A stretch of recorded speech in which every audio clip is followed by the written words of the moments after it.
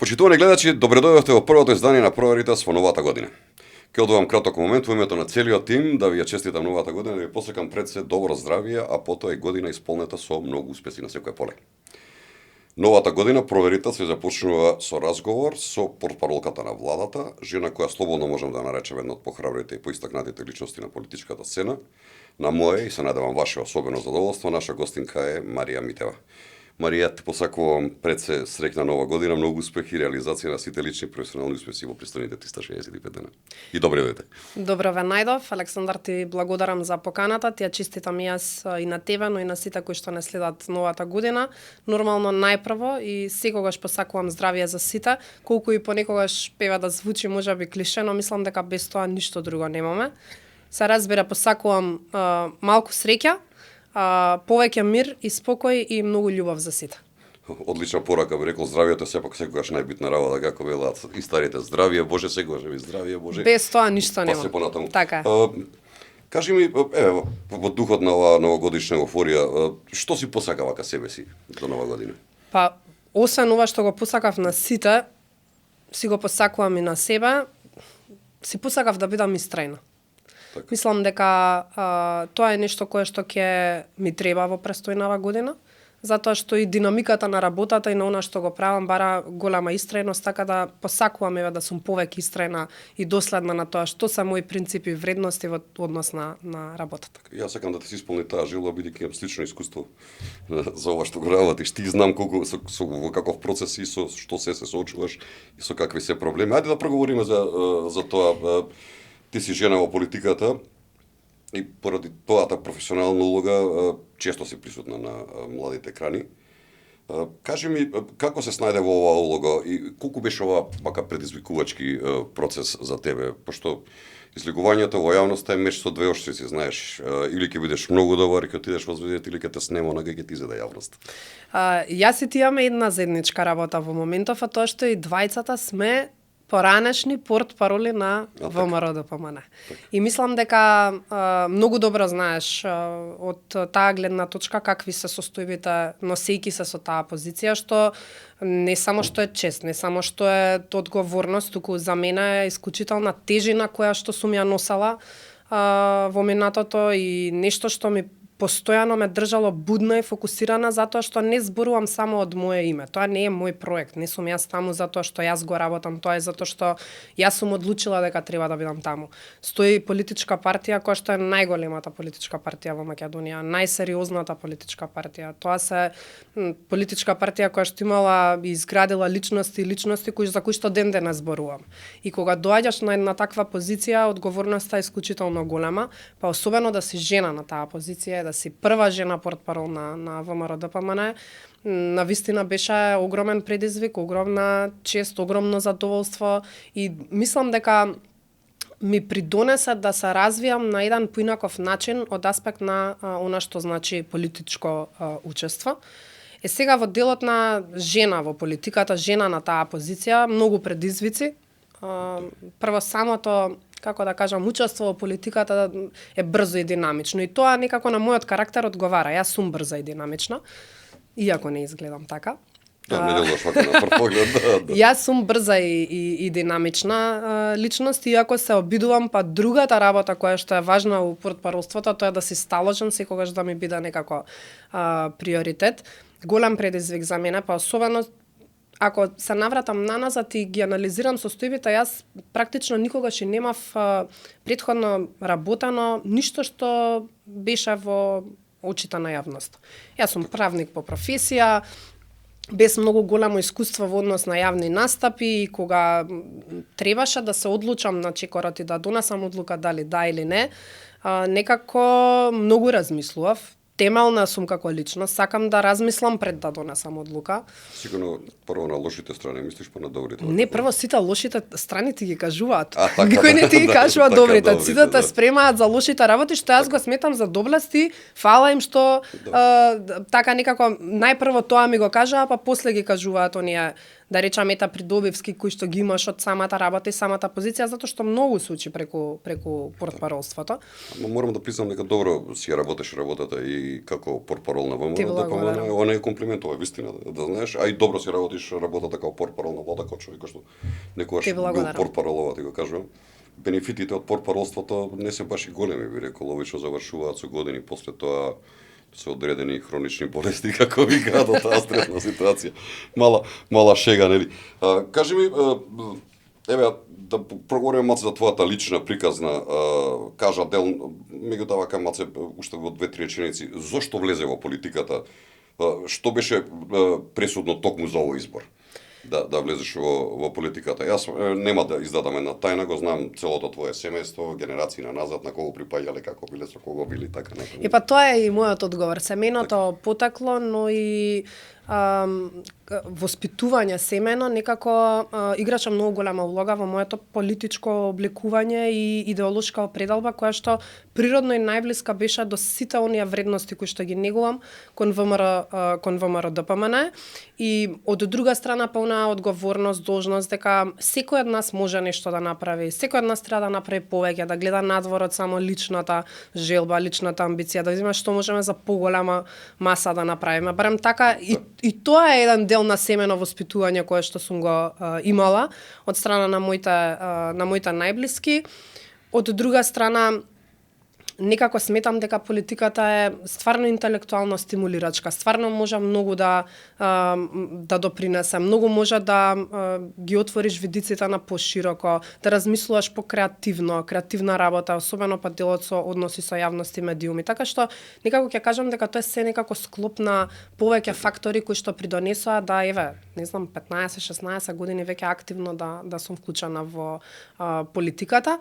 Сега па од аспект на она што значи растот внатре во сама политичка партија, па едно многу поразлично искуство, каде што можеби на почетокот никогаш и не сум ни размислувала дека ќе имам портпаролска позиција, него некако, особено па во политичка партија како ВМРО ДПМН, која што е исклучително добра организациона структура, каде што точно се знае кој каде може да придонесе, кој што прави, со самиот тек на работите некако се случија и сите оние политички активности кои што јас ги превземав.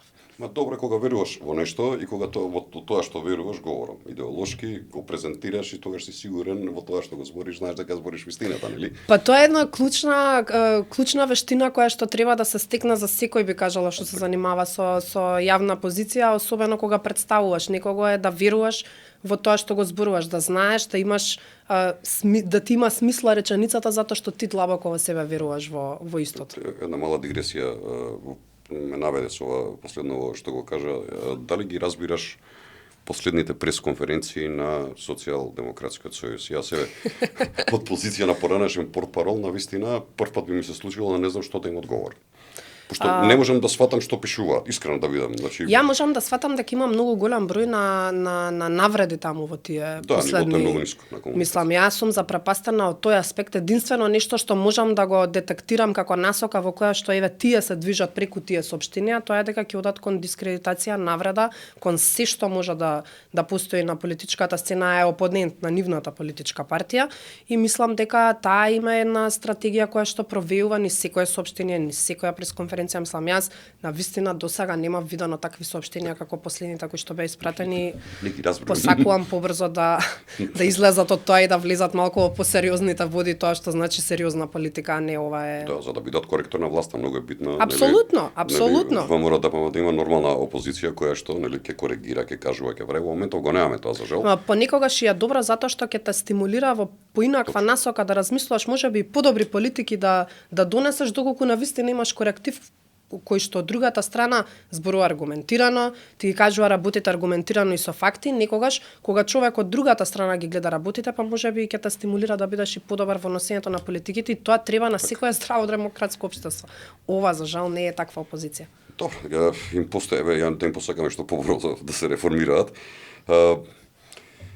Би сакал да те прашам една работа која што секогаш вака по македонското општество знае да провее, да помине, некогаш забележително, некогаш не, некогаш со поддршка, некогаш не.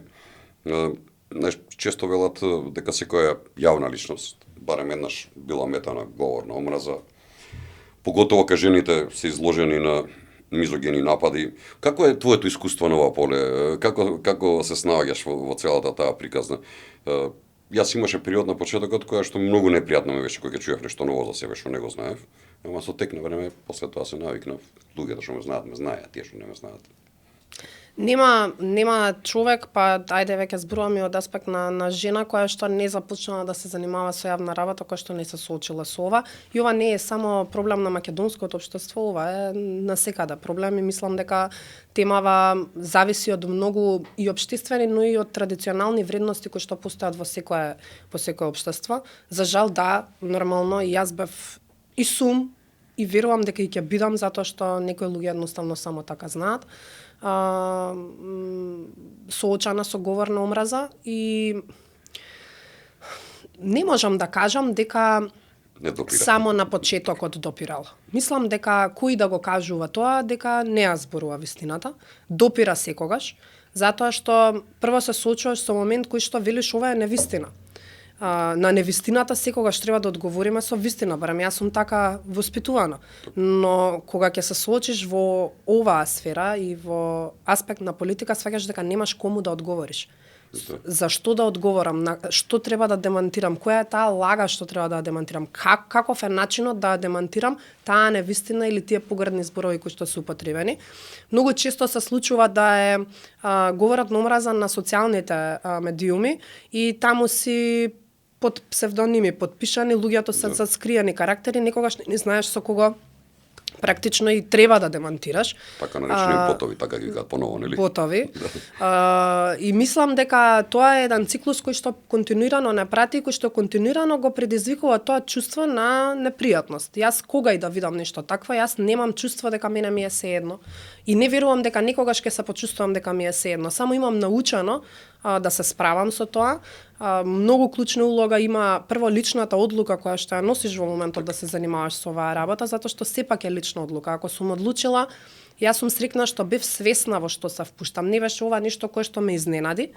А втората клучна работа, мислам дека е поддршката која што доаѓа прво од кругот на пријатели, на најблиски кои што семејството кој што те познава, а второ и од матичната партија, а тоа јас можам со сигурност да го потврдам дека на вистина е го има, постои и треба да се негува. Но на ова поле и ти на многу луѓе им застануваш во одбрана кога се работи за секогаш јас повеќе за други луѓе сум зборувала, за себе никогаш, затоа што по друга страна сметам дека нема зошто да ја играм улогата на жртва кој што некој посакува да ја презентира кај мене. Напротив, јас многу почесто сум гласна и застанувам во одбрана за други луѓе кога се случува отколку за самата себе. Не паметам да сум отворила. Се сеќавам како застана силно во одбрана на она млада политичарка Луна, кога беше нападната за незиниот изглед. Точно значи, мислам. Тоа реакција беше навистина вака. Јас не можев да сватам како од една страна, затоа што прво кога се занимавате со оваа работа, секогаш тргнувам од фактот и моментот дека понекогаш стварно треба вредностите и принципите без разлика на се да ги задржите.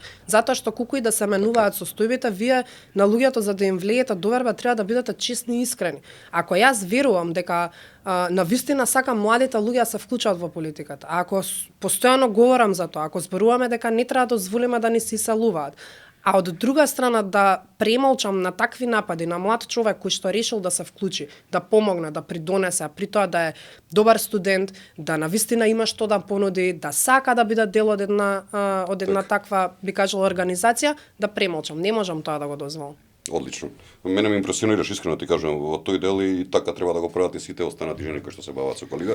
Со тоа политика, е клучното. Имаш ли поддршка во вакви ситуации, условно кажано, од жените од другите политички партии во Македонија, кога ќе се случи нека ваква работа? Тоа е клучното. Сега ќе ти кажам зашто мислам дека овие состојби ќе се надминат кога вистински ќе дојде момент на обединување помеѓу женските политички организации кои што се од различни политички партии. Зошто зборам вистински? Затоа што декларативно, без разлика на која тема и да зборуваме, ние имаме различни ставови како политички партии, тоа е сосема нормално. Но оваа тема можеме да заприметиме дека тонот и јазикот на кој што зборуваат и женските организации, но и политичките партии е идентичен, односно сите се согласуваме дека сме против. Ама тоа ќе го кажеме само вака на некој собир, на оние 16 дена активизам против насилство врз жените и девојките, на некој друг меѓународен ден, на некој собир кој што ќе го иницираат меѓународните организации помеѓу различни политички партии и така натаму. Кога ќе дојде клучниот момент или кога ќе треба сите заедно да застанеме зад некоја осуда, говор на омраза, напад и така натаму, тогаш секогаш се поаѓа, односно гледам дека поаѓаат од личниот интерес, или па втората ситуација која што сум ја приметила е тоа што за жал има и такви личности кои што оваа тема ја користат за да се презентираат за жртва на политичката сцена, што не сметам дека е добро и не сметам дека носи вистинско справување со ваквите состојби. Па таа дволичност практично и ја покажа волјата и на граѓаните на изборите. Се видовме за колку гласа. Говорам за класична дволичност. Са не сакам да отворам еден куп пример, имаше и во парламентот каде што имаше директни напаѓања на, се сеќавам на сегашната градоначалничка на Бети. Имаше многу, особено кај пратеничките. Да, и немаше реакција некоја вака баш како што викаш ти здрела, туку декларативно беше кажано, да, не треба тоа така и толку. Мислам дека не ни беше јавно кажано од причина што се сметаше дека со таквиот начин ќе се наштатат ставовите и политиките кои што ги има таа политичка партија. Мислам, имаме ли став по однос на ова прашање? Сме се обединиле ли дека ако ништо друго, барем женските организации треба да бидат единствени на начинот на кој што говорат за оваа тема, зашто тогаш сега наеднаш гледаме молк. Затоа велам, лесно е да зборуваме на темава само декларативно, да велиме дека правиме и даваме заложба секој од себе. Мислам дека во конкретни ситуации многу повеќе се гледа вистинската намера. Да се надеваме дека ќе проработи свеста кај сите во Македонија дека ова работа процес е и мислам дека ќе треба време, ама ќе биде. Традицијата, баш она што го спомна, во традицијата на македонскиот народ, на традиционален начин на живење, жената никогаш не била омаловажувана, била глава на куќата. Била секогаш со почит, со респект, нели, песни за мајки, претежно, така да кај нас таа работа и не е баш толку природна, туку ни увезена, би рекол, на некој начин, да ти, нели, се што е женско, да го мразиш заради тоа што е женско, заради тоа што е може би пуспешно тебе и така натаму. Но да ги оставиме тие луѓе со нивните мисли, нели? Хајде да проговориме за нешто вака поинтересно. Кажи ми, како минува вака еден професионален ден на Марија од позиција на портпарол на влада? Никогаш исто. Секој ден различен. Нема еден тек на денот кој што е секогаш запазан, затоа што самата работа е динамична, самите случувања се динамични.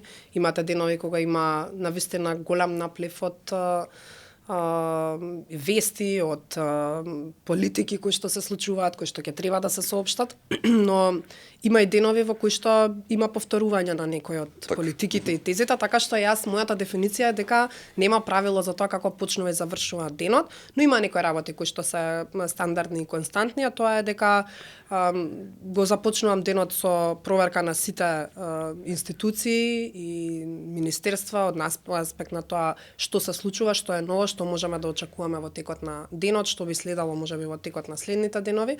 Морам да сум информирана, едноставно сметам дека без таа само иницијативност да постојано бидам во текст со состојбите не би успеала доволно добро да ја пренесам пораката на граѓаните, а тоа е моја работа. Јас морам да бидам мост помеѓу институциите и граѓаните и морам да ги кажувам работите отворено и онака како што се. Така што некако така започнува денот, продолжува со оние, би кажала, чести новинарски прашања, повици, пораки кои што каде што медиумите бараат став по одредено прашање, следи координација за истото, организирање на следните настани денови, тековни состаноци, работа. Многу фокусираност и многу посветеност бара оваа работа и стрпувачка е на моменти. И одговорност голема. Бара. Зошто го велам ова? Едноставна причина, живееме во време и на, нели, алтернативни медиуми, словно кажано како и на овој подкаст, нели, што сме овде, во време каде што има милиони информации, кои што излегуваат од сите страни, многу е тешко некојаш и да ја докажеш и автентичноста на информацијата. Значи многу треба да ја внимаваш што ќе кажеш ти се случувало некогаш да бидеш вака жртва, да пронајдеш лажна вест која што можела да биде и страшна и опасна во тој период. Да, што се знаеле се подметне да ти направи конструкција, спин. Ми се случувало да да пробам да оставам работата, не да поверувам на информацијата во определен момент, но во текот на подоцнените часови да видам дека и не е тоа така. Многу се брзи работите кои што се случуваат. Секој човек е денес медиум. Секој објавува вести, секој соопштува најразлични состојби. Многу е тешко да видиш што е автентично, што е точно, каде треба да реагираш, каде треба да демантираш, што треба да потврдиш. И тоа бара на вистина добра организација. Марија не работи сама никогаш. Имам на вистина исклучително, би кажала, одличен тим кој што можеби е и поспремен и со повеќе информации позади мене. Секогаш гледам да се консултирам при соопштување на вестите пред медиумите и граѓаните, затоа што мислам дека најстрашната работа во кој што прво ќе се изгуби довербата на владата, второ ќе се изгуби личната доверба која што можеби граѓаните ја имаат кон тоа дека кога ќе се соопшти веста е точна, а тоа е да бидеме демантирани од самата институција од каде што доаѓаме, така што многу внимавам на тоа што зборувам. Така, со ваква една динамика знам како ти изгледа еден ден од прилика, не знаеш во наредните 3 часа што ќе ти се случи. Буквално. Кога е подинамично, имаш ли разбирање од блиските, од пријателите, од луѓето околу тебе што се за овој начин на работа кој што го работиш, нели често пати треба да му откажеш на некого средба или нешто друго што си кажал во животот од самата динамика. Имаш разбирање од поддршка од луѓето околу тебе? Имам, морам да потврдам дека имам, затоа што мислам дека тоа е без тоа и не може човек без разлика не само во оваа работа. Мислам дека секој кој што има определена цел, секој кој што е фокусиран кон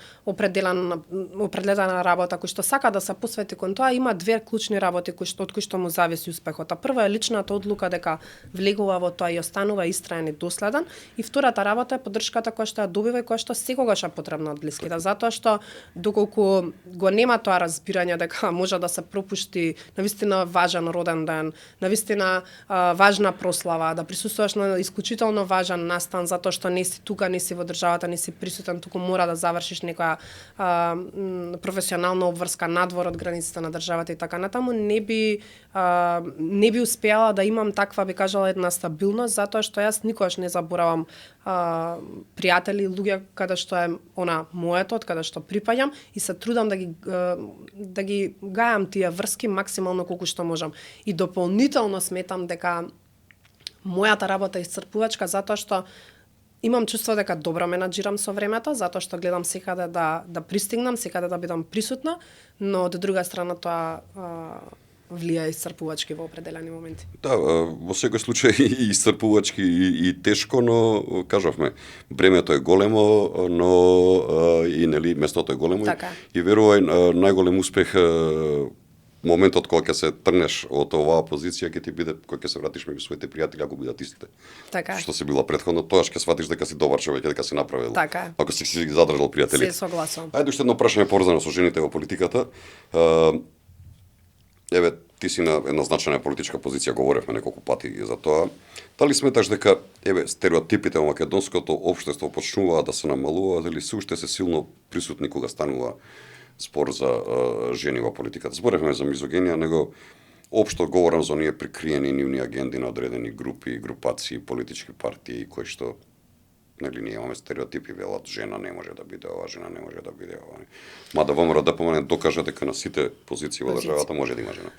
Знаеш како, повторно ќе кажам дека тоа многу зависи и од самото општество, но и од оние традиционални норми. Многу е тешко амбицијата во однос на работата и она што значи семејни обврски и она што сакаш ти да биде семејството и семејните обврски да го изменаџираш, затоа што некако се уште имаме јаз во образованието, во однос на достапноста на образованието, се уште имаме, би кажала, јаз во однос на работните места, во однос на финансиските средства на исто работна позиција и така натаму, и тоа се статистики кои што многу често сме ги зборувале при оние женски, би кажала, дебати кои што ги имаме, на кои што па јас секогаш велам дека не се ова женски теми, напротив, без мажи кои што ќе бидат вклучени во такви дебати, ние не можеме да го видиме прогресот кој што го Тоа треба некој да му кажете.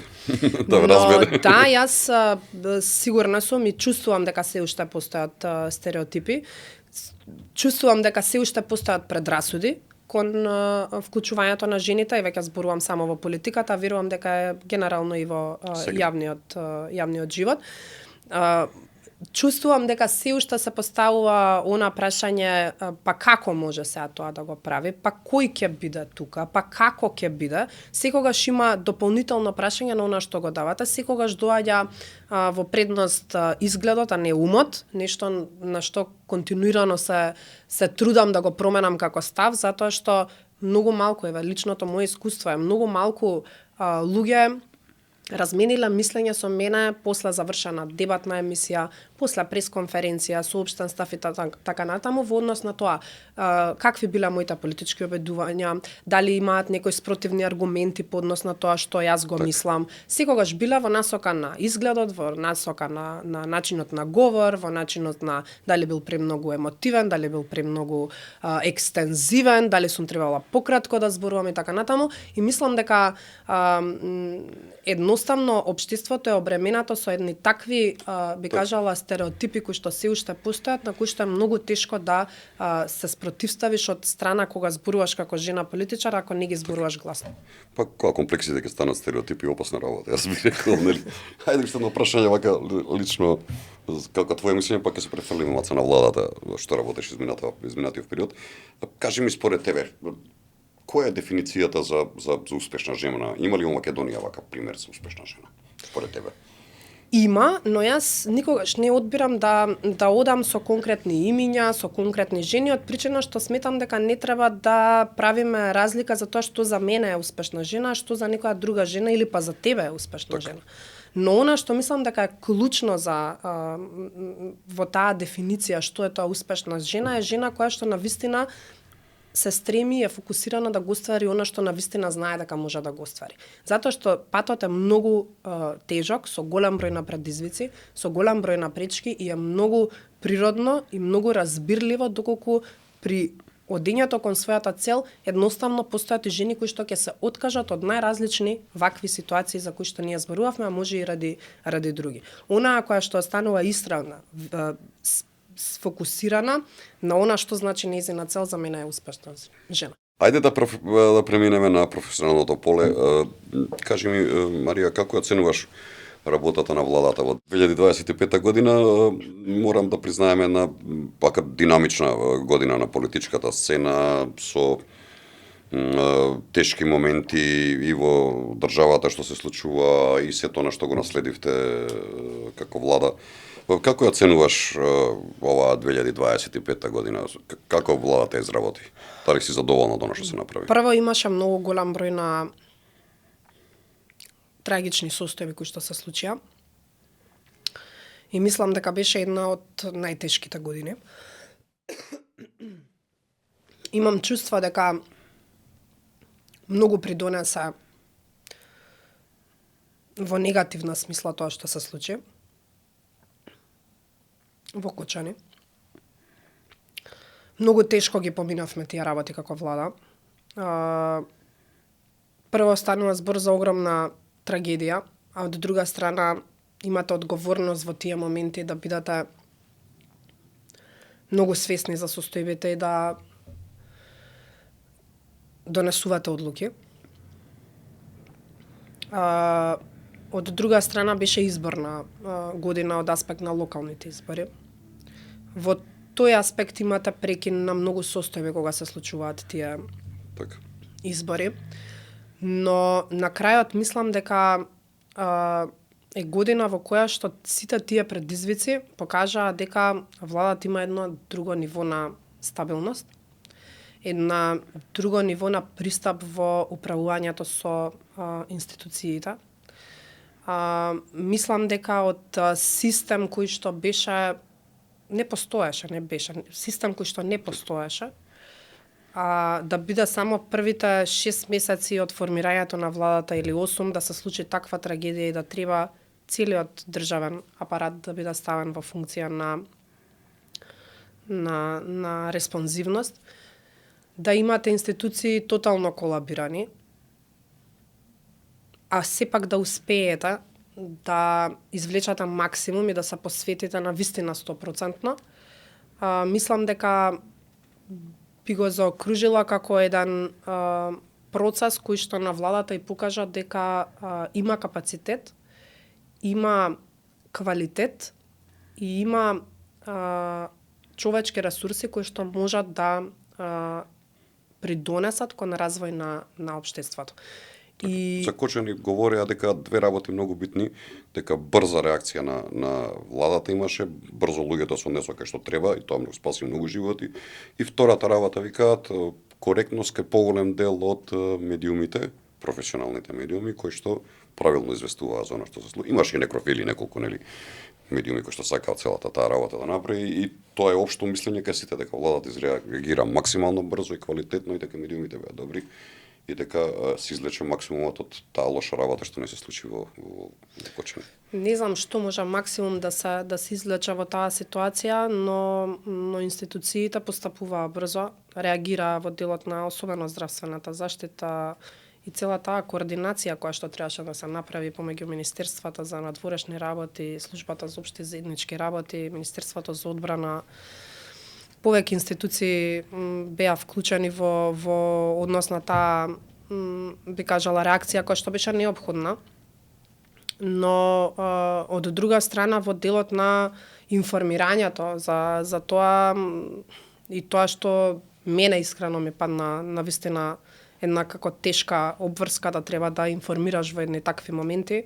Тоа токму сакам да те навлечам тоа да ми го кажеш. Се состојби кои што тешко е така да се збори, нели? Тешко е. Плаче душата, тоа јас викам, мене ми се случувало некогаш ти плаче душата, а ти мораш да збориш да бидеш стабилен во тој момент. Ти поминуваат слики низ главата. Тешко е. Затоа велам дека оставаат последици на подоцна во животот тие работи. Ајде да проговориме, Марија, нешто што е вака многу интересно од темите кои што ја наметна, што најмногу можеби ја заинтересира јавноста во последно време, е оној стратешки договор за партнерство што го направивме со Обединетото кралство и тврдењето на опозицијата дека владата договора пристигнување на мигранти од оваа земја, тоест нели некои што бараат да бидат мигранти па во Македонија ќе ги носиш. Можеше да ми кажеш што значи за Македонија ова стратешко партнерство и дали има грам вистина во тврдењето на опозицијата дека овде нели ќе дошли? Апсолутно никаква вистина. Мислам тоа е не знам една голема измислица која што на вистина без престани ја повторуваа во јавноста, без разлика на демантите кои што беа испратени.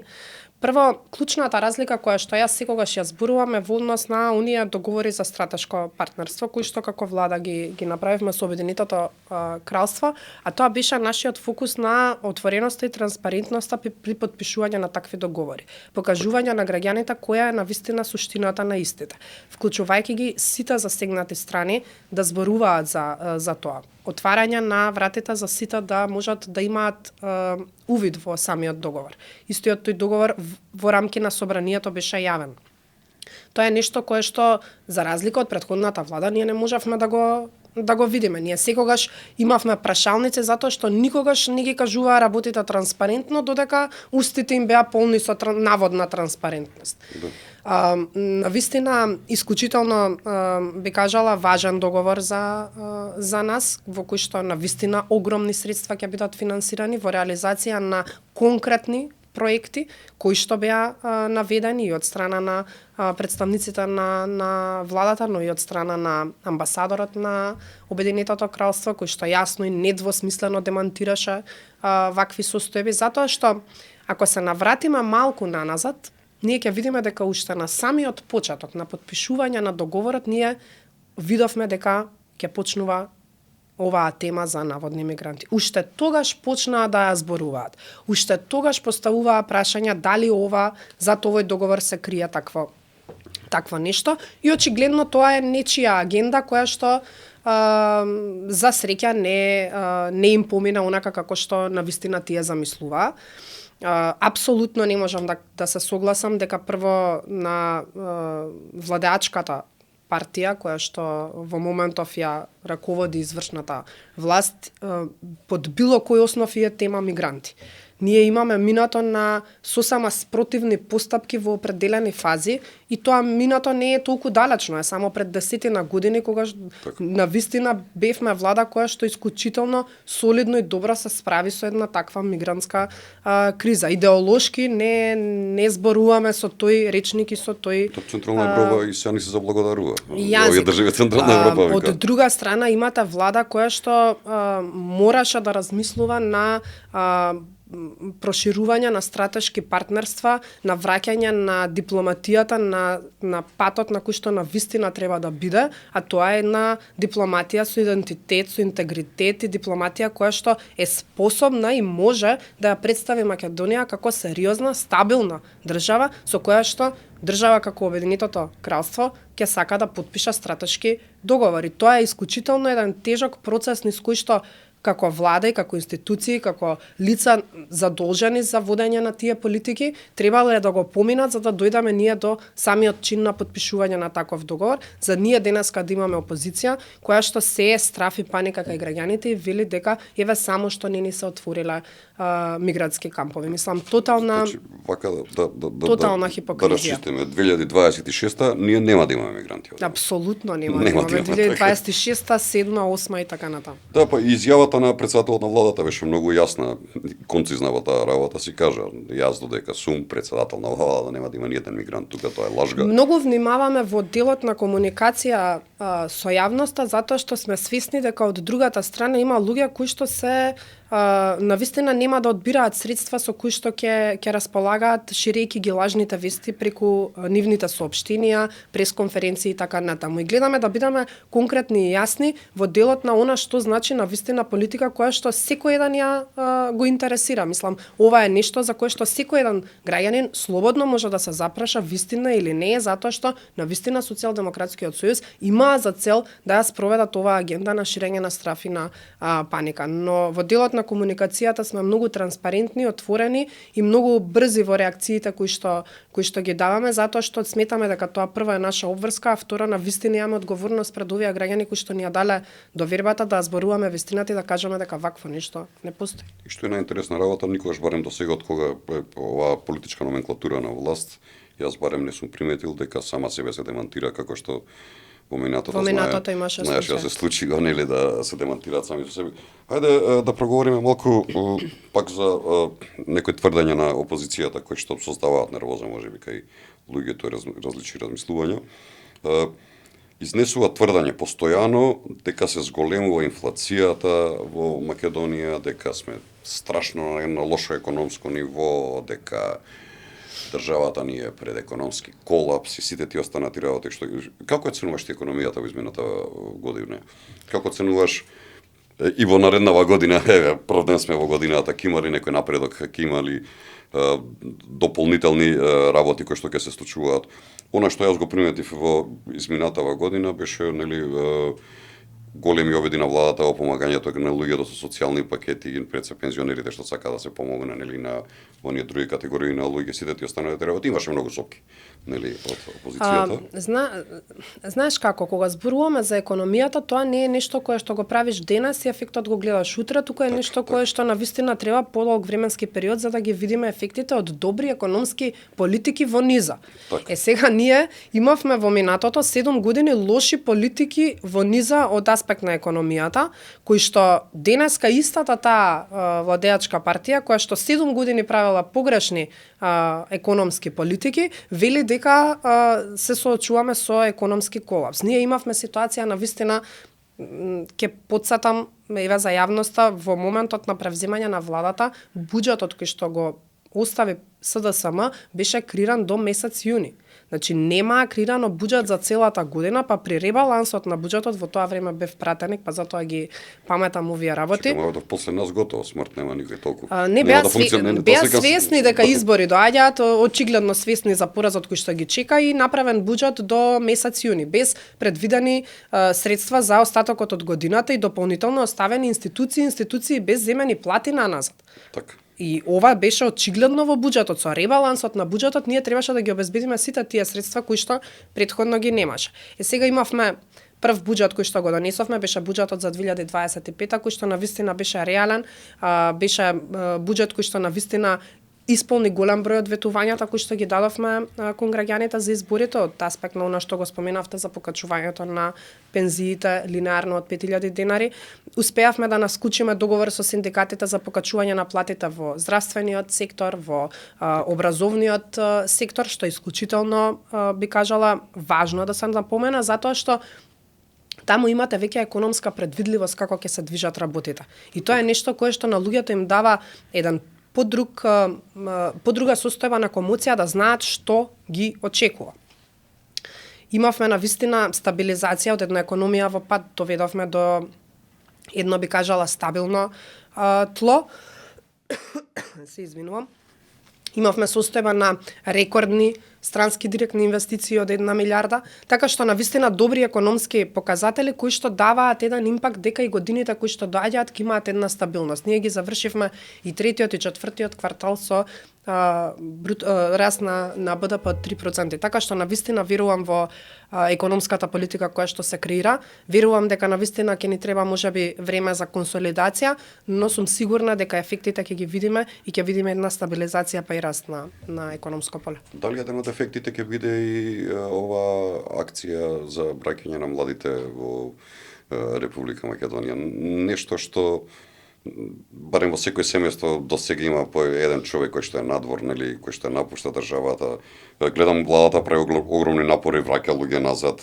Дали овие подобрувања во економијата ќе отворат простор да ни се вратат умовите во државата? Апсолутно се надевам дека ова е еден од параметрите кои што ќе влијае на одлуката на младите да се вратат, но мислам дека покрај економските состојби, она што младите исклучително го бараат, тоа е функционален систем.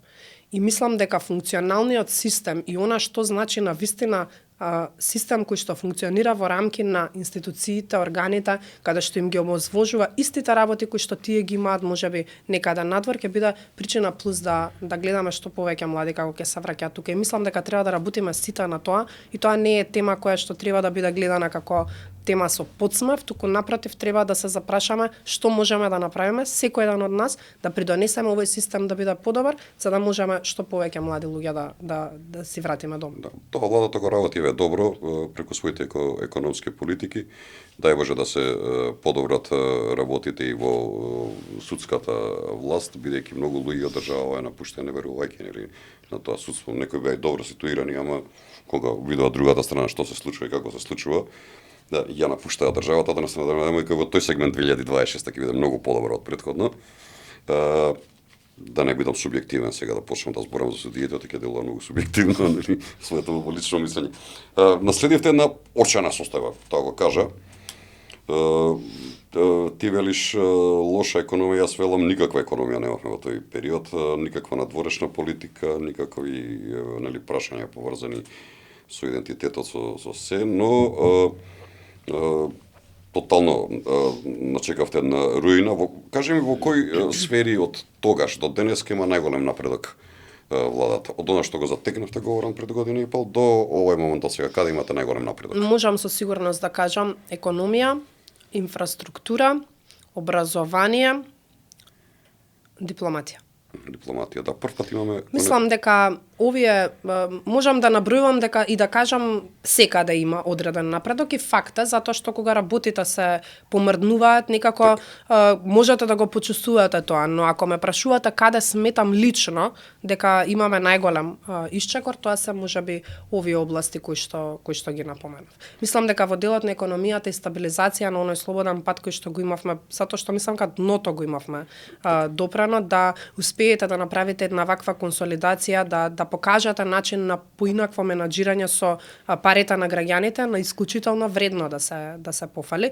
Дополнително во делот на образованието, мислам тоа беше една состојба во која што на вистина сите се срамевме како може од година во година, 5 години поред истото да се повторува, да нема децата учебници на време, да имаме најразлични состојби, да се случат едни такви чудни нови образовни стратегии и модели кои што сакаат да се воведат. Во татко. Имаше таков момент. Да донесат до една стабилизација, прво враќање на она што значи достоинство на родителите, да не се грижат дека на 1 септември нивните дечиња ќе ги имаат книгите. Второ, да го вратите малку и дигнитетот на наставниците, на професорите, да се почувствуваат валоризирани во ова општество, затоа што беа заборавени, затоа што никој не даваше доволни епитети кон нив за тоа колку се важни во креирањето на она што значи нашата младина, односно нашата иднина. Кога велам во делот на инфраструктурата, на вистина беше ресор кој што беше заборавен, каде што сите оние клучни, би кажала, делници, ние ги паметино по склучување на анекс на анексот, анекс на анексот, каде што дополнително се испумпува народни пари, а не гледавме буквално ниту еден табла ќе стави и ќе симна после 2 дена, нели таблата е сега почнавме. Така што и тоа е исклучително важно, затоа што и транспортот е еден дел двигател на економијата, двигател на она што значи презентација на Македонија како стабилна држава во делот на инвестициите.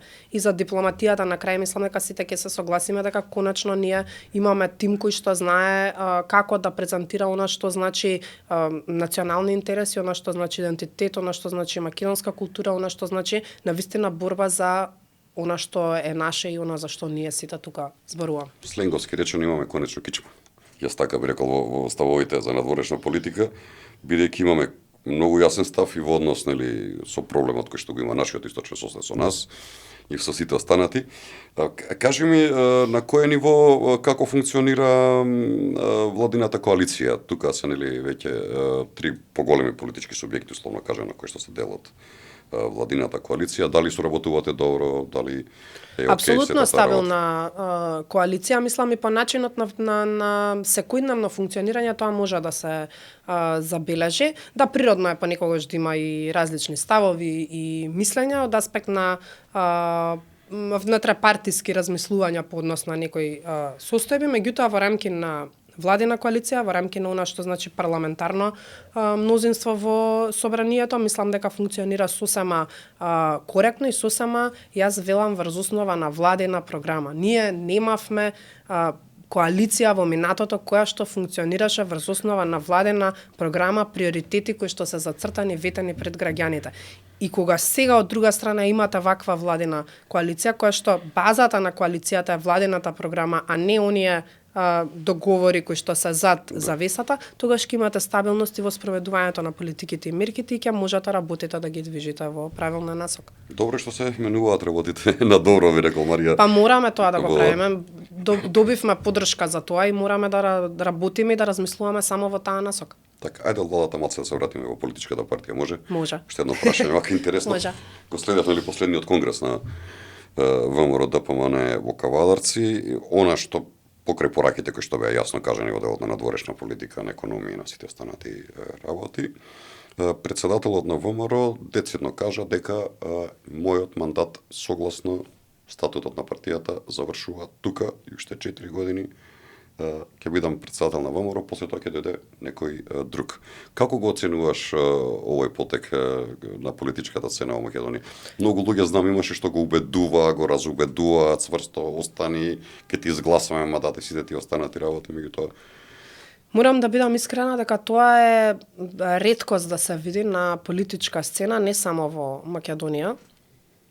Так. Да имате вие еден успех на трансформација во толку брзо време, со такви, би кажала, успешни зад себе и избори, и трансформации, и реформи кои што сте ги направила, и во моментот кога несомнено ја уживате поддршката, кога велам несомнено, апсолутно од мнозинството ја уживате максималната поддршка, да се одлучите да соопштите дека ќе превземете таков чекор е нешто што заслужува огромна почит и нешто што мислам дека во иднина ќе биде пример кој што многумина ќе го кажуваат. Како и сите работи што практично во политиката и многу политички субјекти ги учеа во изминатиот период од ВМРО ДПМН во изминативе 35 години. Некако многу брзо ни помина времева, да знаеш, но би сакал уште едно-две прашања вака да те прашам. Кажи ми, од денешна гледна точка, кога повторно би ти понудиле да бидеш портпарол на ВМРО ДПМН, дали би прифатила? Без сомнеш. Зошто? Затоа што е исклучително голема чест прво самата политичка партија да ти понуди да бидеш портпарол. Од таа перспектива во тоа време можеби и не го гледав вака јасно како што го гледам денес, затоа што во тој момент повеќе размислуваш дали ги поседуваш вештините, дали ќе имаш капацитет прво и за личниот имидж, потоа и за имиджот на партијата, затоа што ВМРО е најголемата политичка партија, не сте портпарол на било кого. Зборувате од историско име, зборувате за многу сериозни работи и тежината која што во тој момент на понуда ме облава, некако не можев да ја видам честа која што е пружена. Но без сомнеш, затоа што сметам дека успеав да дадеме сите ние кои што сме биле дел од таа работа, па вклучувајќи те и тебе, едно поинакво лице на ВМРО ДПМН, сме покажале дека навистина имаме голема политичка креативност во начинот на комуникација со јавноста, дека навистина сме доследни и дека не отстапуваме од вредности и принципи. И мислам дека е чести, не се сомневам дека истото би одлучила дека да, би прифатил. И јас би прифатил после 20 години, само ќе сум и повозрасен со годините. Марија, времето ни помина вака денес многу брзо овде. Мене ми беше особено драго што еве на 1 јануари си направив еден вака убав муабет. Не гледаат луѓето опуштено, нели, во оваа атмосфера. Мене ми останува во моје име, во името на целата екипа која што го прави Проверитас оваа платформа за борба за вистината, пред се персонално ти посекам многу среќа, успех и на приватно и на професионално поле во 2026 година. Успех исто во владата во која што си дел и да се видиме повторно во некој друго издание на Проверитас, каде што ќе говориме исто така за уште поубави работи од овие кои што ги најавивме во оваа емисија. Ти благодарам многу, Александар, ти посакувам искрено се што посакуваш да ти се оствари, да сме живи и здрави. Јас сум секогаш отворена за комуникација во било кое време. Чест ми беше што бев прв гостин од новата сезона на Проверитас. Ви посакувам успешна сезона, да бидам многу гледана, многу интересни гости, многу интересни теми и прашања да отворите, затоа што на крајот од денот ова е местото на кое што можеме да зборуваме честно, искрено, да ги кажеме ставовите, а на граѓаните да судат дали ќе ги прифатат или не. Благодарам уште еднаш. Ти благодарам, Марија. Тоа беше првото издание во 2026 година на Проверитас. Ви благодарам за вниманието. Останете поврзани со нас на Facebook, Instagram, YouTube и на нашата веб страница proveritas.mk.